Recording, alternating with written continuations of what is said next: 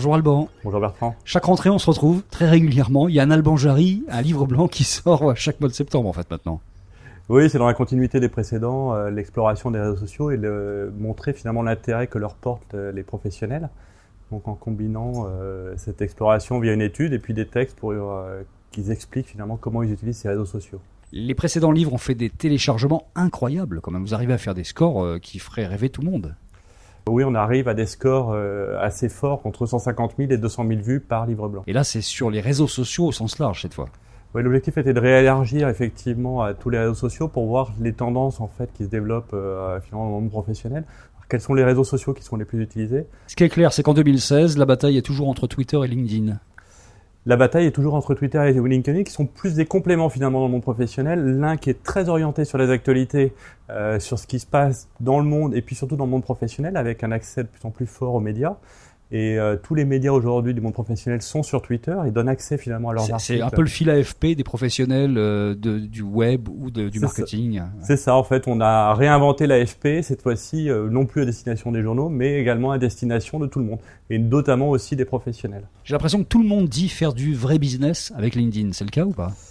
Tout le monde fait de la mise en relation et établit des relations dans LinkedIn. Faire du vrai business dans LinkedIn, c'est quand même plus dur. Enfin, le fait de transformer finalement cette relation en un business qui génère de l'argent, je pense qu'aujourd'hui, on n'est pas forcément encore à ce niveau-là. Un phénomène qui est permanent, c'est le fait que Facebook, c'est vraiment pas un truc de professionnel a priori, même si un certain nombre de gens, dont je fais partie, l'utilisent régulièrement dans ce cadre-là.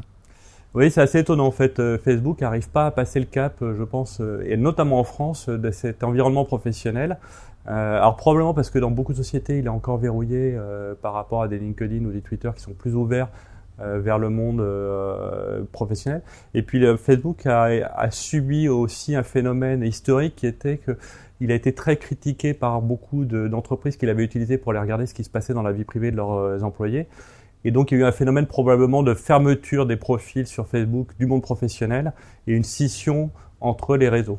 Vous avez interrogé les gens sur l'acceptation qu'ils auraient que leur profil soit intégré dans le réseau social de l'entreprise. Et en fait, il y a beaucoup de gens qui disent OK là-dessus. Sur le profil, à peu près tout le monde. Sur les actualités également, enfin beaucoup de personnes. Par contre, dès qu'on attaque des parties qui sont un peu plus personnelles comme la composante du réseau et les relations, là, ça devient plus compliqué. Bref, on partage pas le carnet d'adresses. Voilà. En fait. Qu'est-ce qui se passe, Alban, avec Instagram, avec Pinterest, avec Periscope et voire même avec Snapchat ? Bon, là, on se doute bien que Snapchat, c'est raté pour le pro, mais pour les autres. Alors, ça dépend toujours aussi des secteurs. C'est-à-dire que tous les secteurs qui vont être plus proches de l'image et finalement du visuel vont être intéressés par la mise en relation. Mais là, on est beaucoup plus sur du B2C et donc de la culture de communication du produit et de l'image de marque du produit.